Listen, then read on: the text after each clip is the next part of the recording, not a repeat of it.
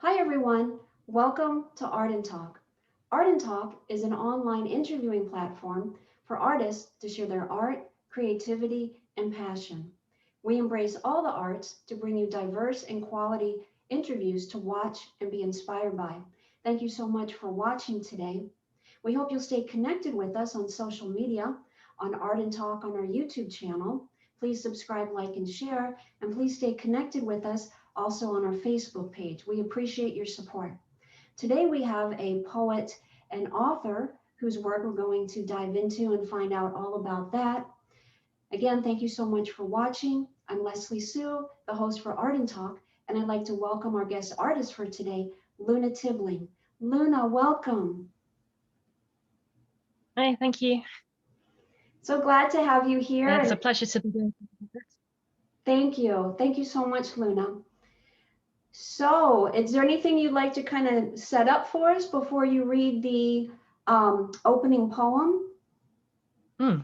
So, as you said, I am a poet and author, and the work I'm going to be sharing with you today combines both of those pursuits, because I have recently started publishing a series of novels which incorporate poetry into them.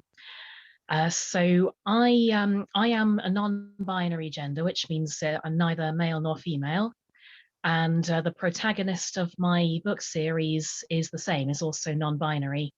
And they go by they them pronouns like me, and they write poetry both to express their identity and as a means of coping with their depression and the other things they experience in the series. Hmm. Um, so each chapter is headed with a poem, obviously written by me, but in universe written by the character Skylar. And so the one I'm going to read today is from the first book in the series, which incidentally is up for free on Amazon. There will be links to it in the description. The series name is Beyond the Binary, and the first book is called How I Found Myself. Hmm. So I'm going to be reading a poem from that book called I Know Who I Am, which explores what it's like to not identify with the gender that one was assigned at birth. So if you're ready, I will go straight into it. Yes, absolutely. Please, Luna. Imagine waking up to discover your mind and body no longer match. What you have known throughout your life is not reflected in what you see.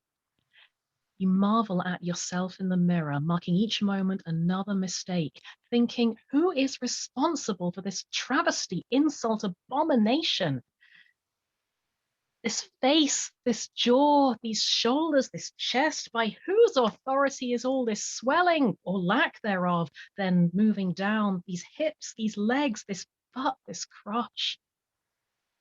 The platypus is an illogical mix of leftover parts from other creatures, but even the platypus receives a body that corresponds to its inner being.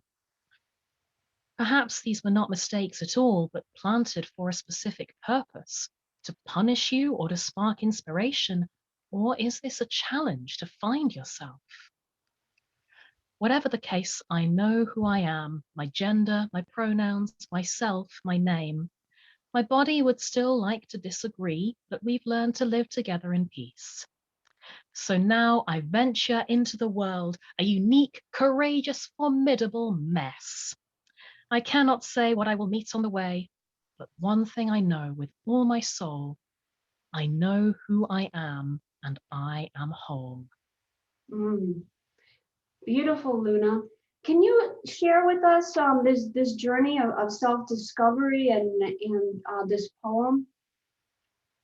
Hmm. So I started having doubts about my gender identity in my late teens, when I was living with my parents. I have two older siblings who had already moved out by then, and I didn't have much contact with them at the time. Um, but I started going through self doubts, and it was actually re-establishing contact with my older siblings that helped me to realize my actual identity. I learned from them about non-binary identities and realized that was what was going on with me. and also similar to the subjects in the series that I'm writing, I've also suffered extensively with depression. Um, and as some aspects of that has been the uncertainty about how I identify before I'd sorted it all out in my mind.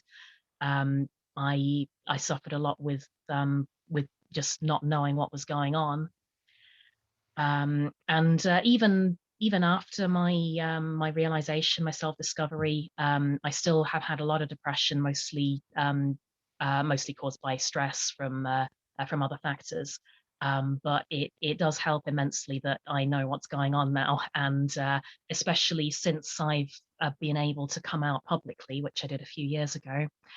And now that I've started writing a fictionalized version of my experience, it's not completely autobiographical. It's a fictional series, largely influenced by my experiences. Mm-hmm. Mm-hmm. And so finding yourself in this whole self-discovery has helped you with your depression. It hasn't cured it 100%, but it sounded like a big like cloud, a big weight was lifted, and you kind of made peace with how you felt about yourself and how you wanted to represent yourself. Is that correct? Yes. Mm-hmm. Yeah. Mm-hmm. After I realized, it was a while before I felt able to tell my parents, and then after that, a few more years before I gathered the courage to come out publicly, start telling other people, and eventually change my presentation. So it has been a long and eventful journey, with many different stages, and I'm sure I'm not at the final stage yet. Um, but it's important, with anything like this, to remember to pace yourself, not try to get everything done all at once. Um, Work at a speed that works for you, um, while you're figuring things out, and of course keep in mind your own safety, and other limitations, such as what you can afford, and the sorts of people you're living with, things like that. Mm-hmm. Mm-hmm. That's very good advice. Very insightful. Would you like to share with us about your new novel that's out and give us a little bit of insight about what that's all about? hmm So, as I said, the series is beyond the binary, and the protagonist, whose name is Skylar, is a non-binary person like me. The I'm not sure if this has ever been done before, but certainly I haven't read anything like it. You never find out what gender Skylar was assigned at birth, because you meet them post transition, when they've already come out, and they're always using they them pronouns. Um, and some new people they meet guess that they were either assigned male or female at birth, and obviously they were assigned one or the other, but it's never clarified which one. And in fact, even I don't know, as the writer, because frankly, it's none of my business. It's none of anyone's business but Skylar's. Mm-hmm. Mm-hmm. So, So mhm. the series revolves around their relationship with their two partners. They're in a polyamorous relationship, so the three of them love each other equally. Um, relies heavily on how they support each other, especially through Skylar's mental struggles. And the first book, How I Found Myself, is just a short story that goes into how Skylar's relationship with their partners formed, and their experiences with their new stepfather Barry, who refuses to accept Skylar's gender identity. So it's a short story about trying to come to terms with Barry, and then each subsequent book follows another LGBT related storyline. In one of the later ones, one of Skylar's closest friends comes out as transgender. So the story is about supporting that person, helping them to find themselves. And the one that I'm writing now is the third one, um, and focuses on a more family theme, um, in which Skylar tries to heal their relationship with a cousin who's been very distant from them since Skylar came out. Um, when Skylar came out as non-binary, most of their family were fine with it and were quick to accept them, but this younger cousin suddenly withdrew and didn't want anything to do with Skylar anymore. So the third book that I'm writing now focuses on Skylar's efforts to repair that relationship. Hmm. So everything in each of these writings is based around Skylar. And you're breaking a lot of boundaries. First of all, with Skylar not identifying with the gender, and then also on top of that, being in an equal, as you said, relationship with three people. So a lot of this is breaking a lot of boundaries and bringing a lot of new information in very loving and insightful and in creative ways as well. I'm just curious because Skylar is such an interesting name, and it just kind of conjures up a lot of like imagery and kind of like potential, like in any how anybody's name would be. What in terms of coming up with the name Skylar, is there any kind of like situation with that you'd like to share, Luna? Yeah, I have to confess, it's just a name I found online. I don't know anyone with that name, but certainly it is a real life name. There are people who have that name. Um, I found it when I was looking for gender neutral names, i.e., names that can be given to boys and girls, like Leslie, for instance, and Jordan, names like that. I can't remember what it means, to be honest. I'm just having a frantic search of Wikipedia to see if I can find it again. Mhm. But similar to when I was looking for a name for myself, actually, because legally, I legally changed my name at age 19 to a gender neutral name before I was ready to actually come out as non-binary. Um, and so I found a name that is gender neutral, Mhm. so people wouldn't necessarily know what my body type was if they just heard my Mhm. name. Um, so I did a similar search while planning my series, and narrowed it down to a short list of gender neutral names that I thought were unusual and interesting, and eventually settled on Skylar because I thought it just sounds cool. It definitely, it does sound cool. And to me, like just the sky part, it's kind of like to me, the sky and infinite possibilities. And here you're presenting things, like in a new kind of expansive way. So I just found that kind of like interesting. Also, in some of the situations you present where, like you said, there was a father or there was some type of person situation where there was a little bit of resistance to the whole non-binary coming out situation. Now is that so that you can work it through, and so that that's kind of a real situation that many people are going through, and you're aiming to help them say, okay, well, if you have a parent or a family member or whomever it is in the workplace and whatnot, to kind of help them work through this issue? Was that kind of the mindset with writing it, Luna? Partly, yes. My main aim actually is to just the speak to the world in general, saying this is just something that happens. It's not. It needn't be a taboo subject. It is unusual, but it might not be as unusual as you think. Um, in fact, there are lots of people who are trans or non-binary who don't feel able to come out for a variety of reasons. So there are actually a lot more gender variant people in the world than some people realize. And I believe it's important to normalize that, to bring it into public consciousness, not as something to be feared or seen as a novelty, just something that's part of daily life. Mm-hmm. Um, and is completely normal for many people. But yes, as you said, there is also an element of aiming to support members of the LGBT plus community like myself.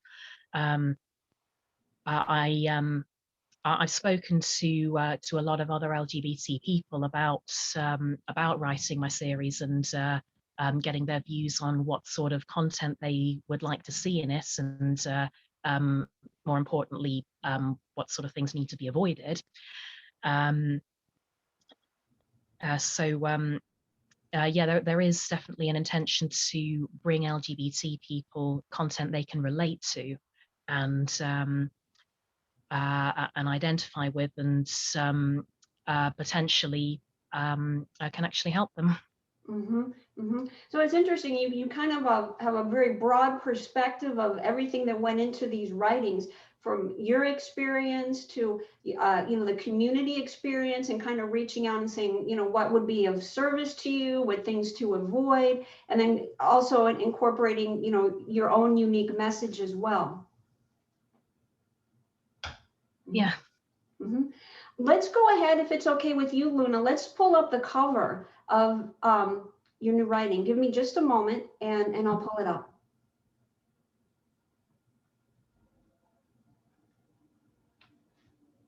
Here we go. How I found myself. Mm-hmm. Yeah, so this is the introductory book. It's just 20,000 words, and it's available for free on Amazon. Mm-hmm. Mm-hmm. And tell us a little bit about the cover. You described some of the things, but in terms of the visual component, which is obviously very important for the cover of a book, tell us what's going on with that. Okay, so as I mentioned, the protagonist Skylar is in a polyamorous relationship with two other people. Their names are Hugo and Dale. They're the three people at the top. Mm-hmm. Um, and I thought it was an interesting touch to have the faces not completely visible, for a sort of ambiguity factor.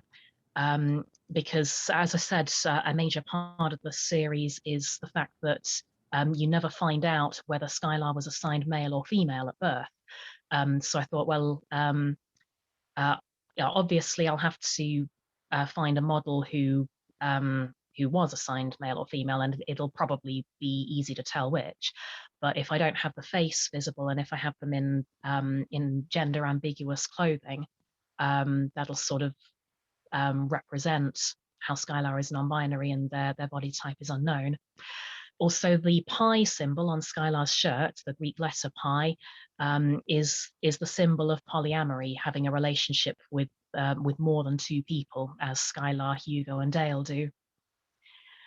And finally, the image of the restaurant at the bottom is just a bit of scene setting, because Skylar, Hugo, and Dale formed their relationship in a restaurant. Oh, okay. Okay. All right. Mhm. Very good. All right. I'm going to go ahead and stop the screen share. Mhm.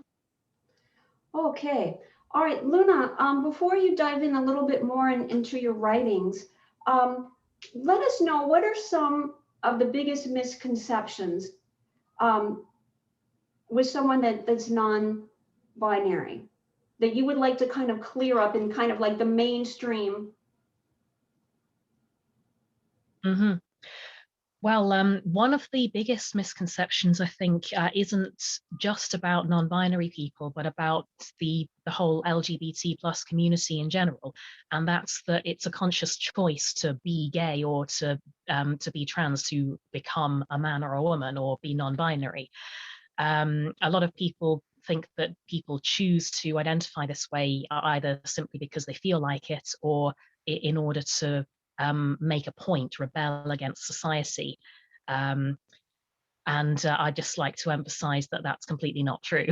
No one chooses to be gay or anything else in the LGBT plus community. Um, Quite often people come out as gay or trans or something, as a teenager or an adult, at whatever age, but it's not that they have just become that. It's either that they've just realized that's what they are and have been all along, or they may have known for some time, but they've only just now feel safe coming out because it's often so dangerous to come out, depending on the sort of society one might live in. Mm-hmm. So yeah, one of the biggest misconceptions is it's not a conscious choice. It's just how someone is, um, and in my view, is nothing to be afraid of or stigmatized. And one more specific to non-binary people, that there is a lot of assumption that well, if someone's not male or female, then they must have no gender at all, and therefore no personality at all. They must go around dressed in plain grey and not show any emotion and not be interested in anything. But that couldn't be further from the truth. Of course, there are some non-binary people who like to wear grey, as I'm wearing now, and who are withdrawn and don't engage very much. But there are lots of other people like that as well, and that's just how some people are. Um, Being non-binary doesn't mean you're genderless or partway between male and female or a mixture of them. It means simply that your gender is not strictly male or female. It could be something completely different, as it is in my case. So that there are lots of diverse identities out there. Things aren't black and white. Mm-hmm, mm-hmm. And something that you mentioned, Luna, in the beginning, when you were reading your poem, you mentioned the word inner being, and I thought that was so beautiful.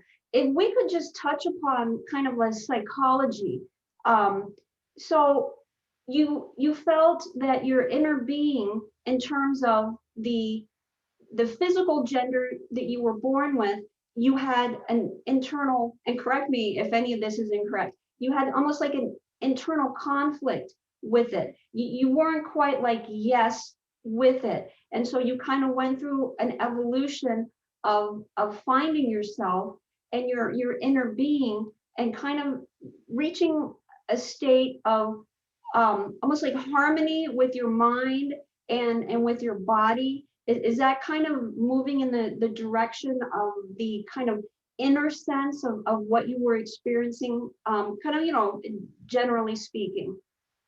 Mm, more or less. A minor point, I wouldn't say to someone the gender you were born with. It's more the gender they were assigned at birth, and it turned out not to be correct. Um, yeah, in my case, it was actually quite a while before I realized something was up. Um, I was probably about 16 or 17 when I started thinking, you know what, I don't think I'm actually what I was assigned at birth. Um, but I'm not sure what I am. Um, it took a lot of research and discussions with my siblings and other people I was close to figure myself out and eventually, yeah, as you said, um, come to a harmonization with my mind and body. Um, and as it says in the poem, my body would still like to disagree. So my mind and body still don't match, but although I appreciate that is a very important point for some trans people, and they do feel the need to make changes to their bodies, which is perfectly okay. I personally don't feel the need to alter my body any more than I have on an aesthetic level so far. At least at the moment, so that may change further down the line.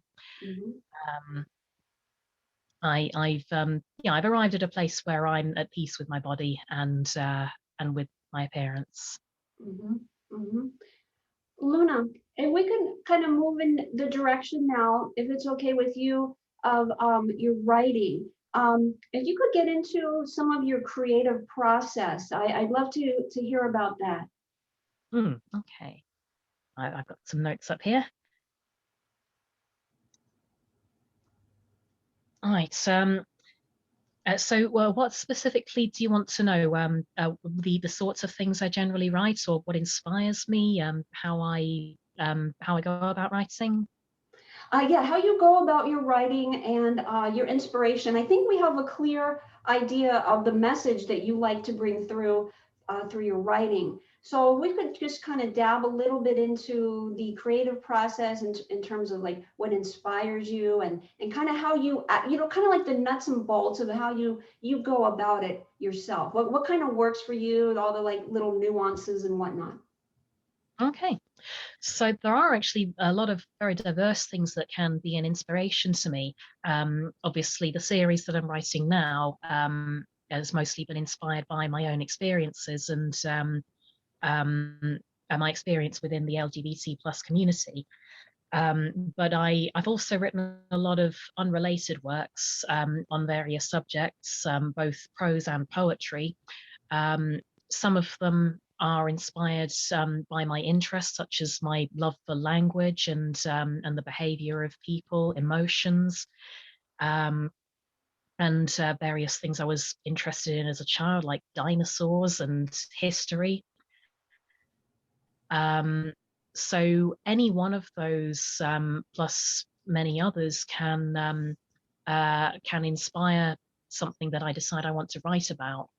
Um, and it can often help if the weather's nice to be sitting in the park at a bench. Obviously, that's not really very practical at the moment, but pre-COVID, I did a lot of just sitting in parks, writing, observing the world around me, listening to the wind, watching the trees swaying, watching people running around nearby, um, just taking in all my surroundings and considering how they are making me react, what emotions they spark, and what thoughts they form. And I can write about something based on all of that. Mhm. Nowadays, with not so much going out and the weather not being very nice usually, um, I I do nearly all of my writing at home on my laptop, um, which can get a bit tedious. So I make sure that I'm getting up regularly, looking around, doing some stretches, sometimes going for a quick walk partway through a writing session, and then I can take in my surroundings again and sort of approach what I was writing from a different perspective. Maybe I was stuck on how to put something into words, and I'll go out and clear my head of it. And when I get back, I can think, yeah, this is the right way to say it. This gets the point across. This communicates the emotion or the issue, and then I can carry on. Mm-hmm. That is so beautiful. I love everything that you have been expressing. And so it's almost like you kind of lean into nature, as I think most of us do, Mm. not just artists, kind of leaning into nature for answers, as you said, like to clear your head. And I love how, I was kind of imagining you sitting at the park and you're listening to the wind and the trees and observing people. And you have a very lively inner Luna life, and you're wanting to kind of ascertain and kind of come to terms with different emotions and kind of like it's like this whole quest of understanding yourself and the world. Yeah, that's about right. Yeah, yeah, it's very beautiful. um we're going to need to wrap things up in just a little bit, but I would like, if you would, Luna, um, what guidance and advice would you recommend to someone who may be watching, who maybe has, as you said, some people, have not come out yet. You said, this is very common, to be, non-binary. What, in terms of the benefit for them, and maybe what advice would you give them to, to go ahead and make the plunge, and why would that be of importance to them? Hmm. Well, firstly, I would say don't feel obligated to if you don't feel you're ready or you don't feel it's safe to. Um, Certainly, if it's something important to you, if you feel that it is important um, to make your identity known to people, then by all means work towards a time when it's safe to do so. But don't rush into it if it's not safe at the time. or for any other reason outside of your capabilities. Um, I would um, I would recommend making sure that you have a strong support network, be that friends, family members, colleagues, even your pets. Obviously, they're not very good at giving advice, but can be a good source of someone to just vent to, and not being argued at. Um, so yeah, make sure you have people you can confide in, and you feel comfortable with opening up to, people you trust. Um, and even if there isn't a full solution to what's going on at the time, it it is surprising how much it can help to just talk about it. Even if with not looking towards an actual solution, just talking about what's going on and how you're feeling, and what you want, can be a great help. Um, so that's the best advice I can give, really. Reach out to people you trust, and also be there for people who may need you. Um, Obviously, if you're going through your own troubles, you can't always be on hand. Um, but it is important to keep relationships going in a twofold way. Um, uh, um, yeah, people are there when you need them. So as much as you can, be there for them when they need you. And this obviously doesn't work for everyone, but uh, if you find that you can write about things like your experiences, it can be a very therapeutic process. So even if you've never tried creative writing before, even if you don't feel that your writing's very good, or you don't have much motivation, I would recommend giving it a try.